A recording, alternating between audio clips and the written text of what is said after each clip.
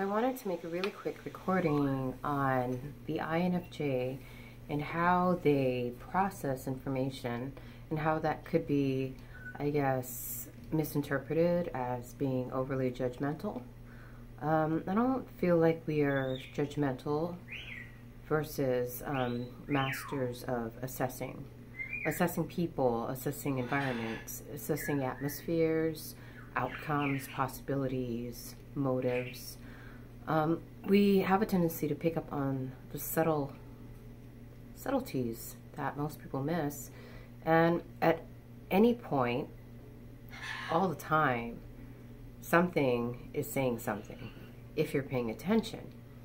So I think when we assess something and we draw conclusions based on the many angles we've observed over a certain period of time, you have a tendency to be seem very opinionated and very judgmental, when in actuality we're just noting observations and patterns and behaviors that we have, processed over a prolonged period of time. So I think a lot of people are oblivious to these things because they're so busy just doing other stuff, whereas we're pretty cerebral, so we spend a lot of time in our minds. So we spend an obscene amount of time mulling things over, because we don't want to come to premature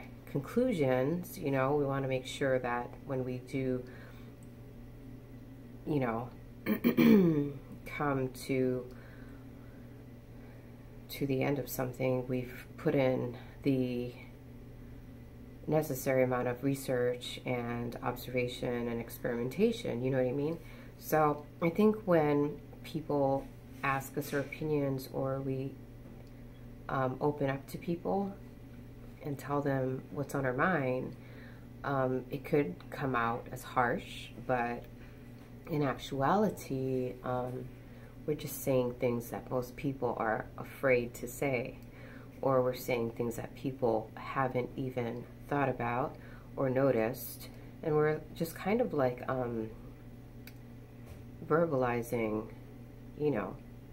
what it is, So yeah, I know, like, I used to beat myself up a lot about it because I'm not really, how do I say,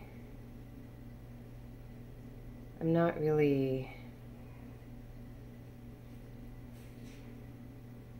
don't really congregate with people with a similar mindset. A lot of the people I congregate with or socialize with or interact with are still heavily socially conditioned.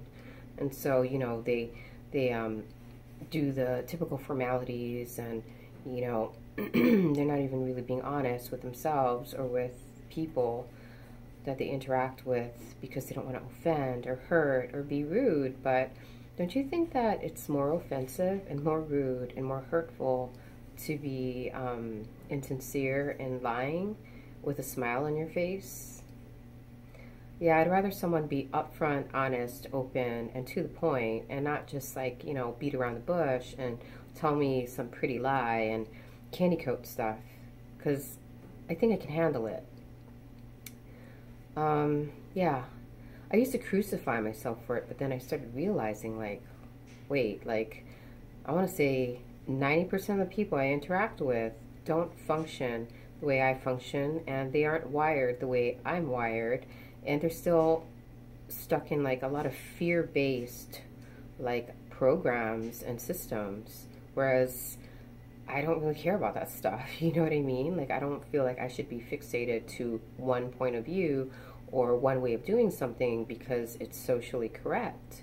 I mean, I just feel like that's how someone stagnates, because they don't allow themselves to grow into knowing and being true to who they are. Everyone's just kind of putting on a facade or faking, or, and it's really dishonest. And yeah, sometimes the truth hurts, but I also feel like pain is an agent for growth. So, You know, maybe somebody's telling you some truth that you don't want to hear and it hurts, but at the same time, they're giving you the opportunity to become more aware and more mindful of certain habits and behaviors that you are implementing, and giving you the opportunity to change them so you can pay attention to the issue. You know what I mean? If you don't, that's cool too. See, like even like this recording, I feel like maybe somebody might see it and say, oh, she's so judgmental, or she's so harsh right now, but am I really being harsh? Don't you think that it would be, you would be of better service by being upfront and honest with people instead of like pretending and faking because you don't want to hurt their feelings? Yeah. I've noticed that you have to encounter a certain level of pain in order to have that pressure, in order to grow, in order to, like, you know, break forth and establish a new way of thinking or being or believing. You know, take a look at your belief systems, take a look at your internal dialogue, take a look at a lot of the things that you've been participating in. I think not many people think about it, you know, and a lot of things we participate in is so that we can be acknowledged or accepted to some extent, but then we negate ourselves, you know. It's a form of like not accepting yourself because you have to like pretend to be something you're not in order to feel accepted by someone else. That's why I don't know, like I would like to have amicable like interactions, you know. I'm not going out of my way to hurt anyone, but at the same time, I'm not going to tolerate bullshit, and I'm not going to tolerate any type of abuse. And I realize that a lot of people who do like abuse, they're in a lot of pain, and they do require the most love and the most like honesty. You know what I mean? Like you can't just like shy away or back away. I mean, you're obviously not going to let someone abuse you, but at the same time, you know, you don't want to lie to yourself and keep like participating in that type of interaction. You know, you're either going to set a strong boundary and say no, or you're going to like confront them, or if they're not in the right state of mind to be confronted, then just walk away, you know. But participating in